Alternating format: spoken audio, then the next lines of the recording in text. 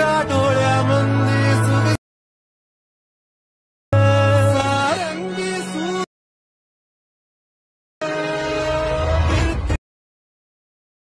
सूरला तू हात बेटी गाठीन रात तुझ्या डोळ्यामध्ये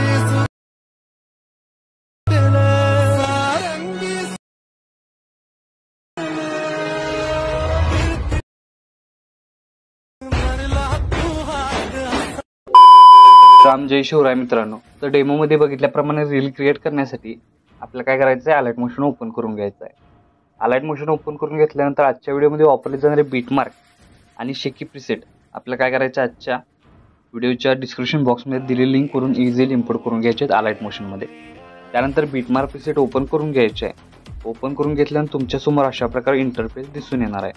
तर आजचा जो व्हिडिओ आहे तो इथं तुम्हाला 16.9 या रेशोमध्ये इथं क्रिएट करून घ्यायचा आहे। त्यासाठी तुम्हाला बघू शकता जिथं आपण लिरिक्स वापरलेले आहेत ते इथं तुम्हाला प्रोव्हाइड केलेलं आहे। सगळ्यात पहिल्यांदा काय करायचं, खाली प्लसचे नाव क्लिक करून मीडियामध्ये जायचं आहे आणि एक बॅकग्राऊंड दिलेलं आहे। ते सगळ्यात पहिल्यांदा बॅकग्राऊंड ॲड करून त्याची लेंथ 9.12 वाढवून घ्यायची आहे आणि हे बॅकग्राऊंड आपल्याला लॉंग प्रेस करून बॅकग्राऊंडला घेऊन यायचं आहे। बॅकग्राऊंडला घेऊन आल्यानंतर परत एकदा त्या बॅकग्राऊंडवर क्लिक करून मूव्ह अँड ट्रान्सपोर्शनमध्ये जाऊन आपल्याला काय करायचं आहे, -90 डिग्री रोटेट करून वरती 3 डॉटला क्लिक करून फिल कंपोजिशन एरिया या ऑप्शनवर क्लिक करायचं। म्हणजे काय होणार आहे, एकाच क्लिकमध्ये आपला जो बॅकग्राऊंड आहे तो सेट होऊन जाणार आहे। बॅकग्राऊंड सेट होऊन झाल्यानंतर याचा ओव्हरऑल लुक तुम्हाला अशा प्रकारे दिसून येणार आहे। तर पहिलं ॲनिमेशन आपलं इथं क्रिएट झालेलं आहे। सेकंड ॲनिमेशनसाठी आपल्याला काय करायचं आहे, 9.12 सेकंदाचे बीटमार्कवर येऊन खाली प्लसचे नाव क्लिक करून मीडियामध्ये जायचं आहे आणि एक आईचा फोटो दिलेला आहे, बघू शकता अशा प्रकारे डोळ्यांचा फोटो इथे मी तुम्हाला दिलेला आहे, तो ॲड करून घ्यायचा आहे। त्यानंतर वरती 3 डॉटला जाऊन परत एकदा फिल कंपोजिशन एरिया या ऑप्शनला क्लिक करून घ्यायचं आहे।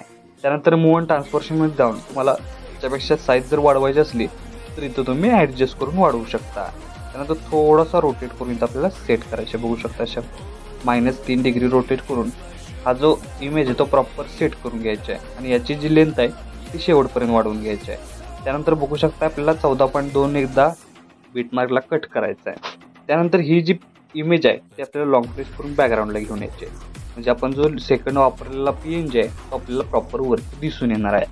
त्यानंतर PNGला अशाच प्रकारे ठेवून जो इमेज आहे त्याला सिलेक्ट करून इफेक्टमध्ये जायचं आहे। ॲड इफेक्टवर क्लिक करून फेड इन आणि फेड आउट हा इफेक्ट ॲड करून याची जी सेटिंग आहे ती आपल्याला बघू शकता 1 सेकंद 1.80 सेकंद इथे सेटिंग करून घ्यायचे, म्हणजे याचं ओव्हरऑल लुक तुम्हाला युनिक असं दिसून येणार आहे। बघू शकता याचा ओव्हरऑल लुक तुम्हाला अशा प्रकारे दिसून येणार आहे।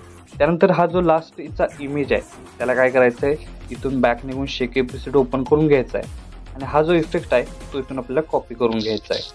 कॉपी करून घेतल्यानंतर परत एकदा मेन प्रोजेक्टला येऊन त्या लास्टच्या इमेज लेअरला पेस्ट करायचे आणि बघू शकता याचा स्टार्टिंगपासून ओव्हरऑल लुक तुम्हाला अशा प्रकारे दिसून येणार आहे। तर आपला स्टेटस आहे तो इथं क्रिएट झालेला आहे। तर याला सेव्ह करण्यासाठी काय करायचं आहे, वरती ॲरोची एकदा क्लिक करायचं आहे, क्लिक केल्यानंतर व्हिडिओचं ऑप्शन सिलेक्ट करून एक्सपोर्टवर क्लिक करायचं आहे। अशा प्रकारे आपलं स्टेटस आहे तो HD मध्ये सेव्ह होऊन जाईल। तर आजच्या व्हिडिओमध्ये एवढंच मित्रांनो, भेटूया आपल्या पुढच्या व्हिडिओ।